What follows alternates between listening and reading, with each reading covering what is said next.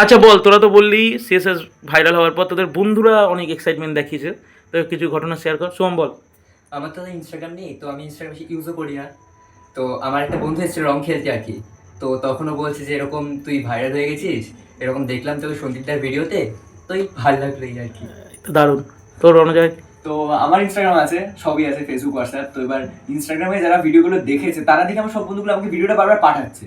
আর আমি বলছি হ্যাঁ আমি জানি, আমি আছি ভিডিওতে, তো আমি তো নিশ্চয়ই জানবো ভিডিওতে কেন হয়েছে, কারা ছাড়া হয়েছে, ভাইরাল হয়েছে, সবই আমি জানি। এবার যাদের সামনাসামনি দেখা হয়েছে পরীক্ষা দিতে গিয়ে আগের উইকে পরীক্ষার সময়, সবাই বলছে এই তো সিএসএস এর আমি দেখলাম ভিডিও আমার ফিডে এসেছিল, ভাইরাল হয়েছে, কত ভিউজ এসছে, তো কিছু খাওয়া।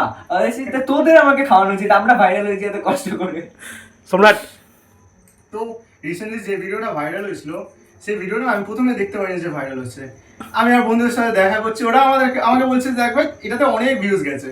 ইভেন আমি পরে গিয়ে দেখি আমার কয়েকটা বন্ধুরা রিশেয়ারও মেরেছে, মানে বিশাল ভিউ গেছে। আমি দুর্ভাগ্যবশত থাকতে পারিনি। এছাড়াও এই রিসেন্টলি যেটা ভাইরাল গেছে তার আগেও আমি না রিসেন্টলি এই রিলগুলো এই ভিডিওগুলোতে অনেক বেশি মানে আসি, আমি খুব বেশি এই ভিডিওগুলোতে থাকি। তো একটা দুজনে না থাকলে আমার কয়েকজন আমাকে শেয়ার করে বলে তুই নেই কেন এই ভিডিওটাতে। এটাই সিএসএস, হ্যাঁ? তাহলে এটাই কত CSS ফেস আমরা, হ্যাঁ, সবাই আমাদের খোঁজে, কি বলিস? এছাড়া আমার আরো অনেক রিলি আছে যেগুলো শেয়ারও করে আমাকে বলে বেশ ভালোই বলেছিস তুই, মজা আসে, আমারও ভালোই লাগে।